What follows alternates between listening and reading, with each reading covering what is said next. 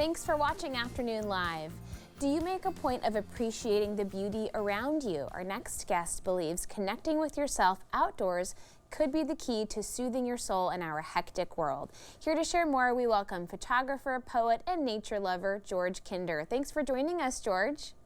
Thanks so much, Hannah. Nice to see you. How did you come to have your own kind of mindfulness practice and incorporating nature into that?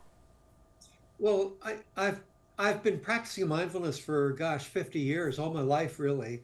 But I think it was nature that really inspired me more than anything else. If you think about it, mindfulness really is essentially about the mastery of the present moment.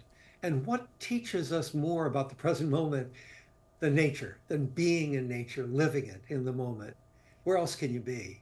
That's really beautiful. Do you talk to folks who say, gosh, I really want to get into a mindfulness practice, but I have a hard time calming my own thoughts? I'm one of those people. I've got about a million things going on at any given moment. All the time, Hannah. It's really the primary objection people have.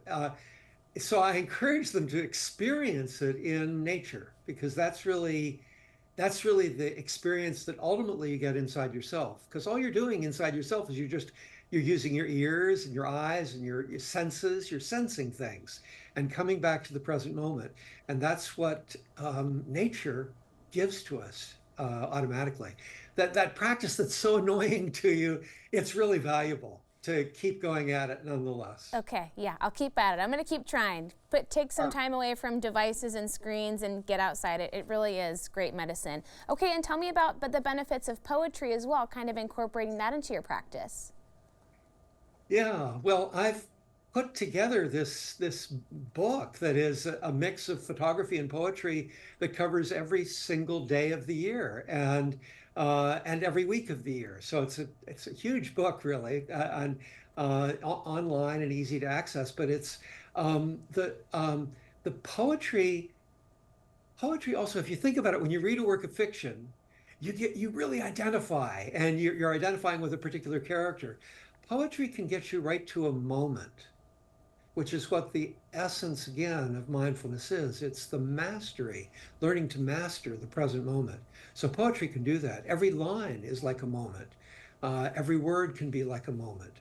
There's so many pauses in poetry. You come back and read it again and again. So you dive deep into what that experience is. Yeah, there's a lot of meaning in some of those pauses and negative spaces in poetry. And we saw some of that beautiful imagery from your book. Is that all your photography? All my photography, Wow. yeah, And thank you. all seasons, all year round. How did you put that all together? That's a big project. It was, believe it or not, Hannah, it was a 30-year project. Wow. It was something when I arrived at this home where I live on Spectacle Pond in Massachusetts.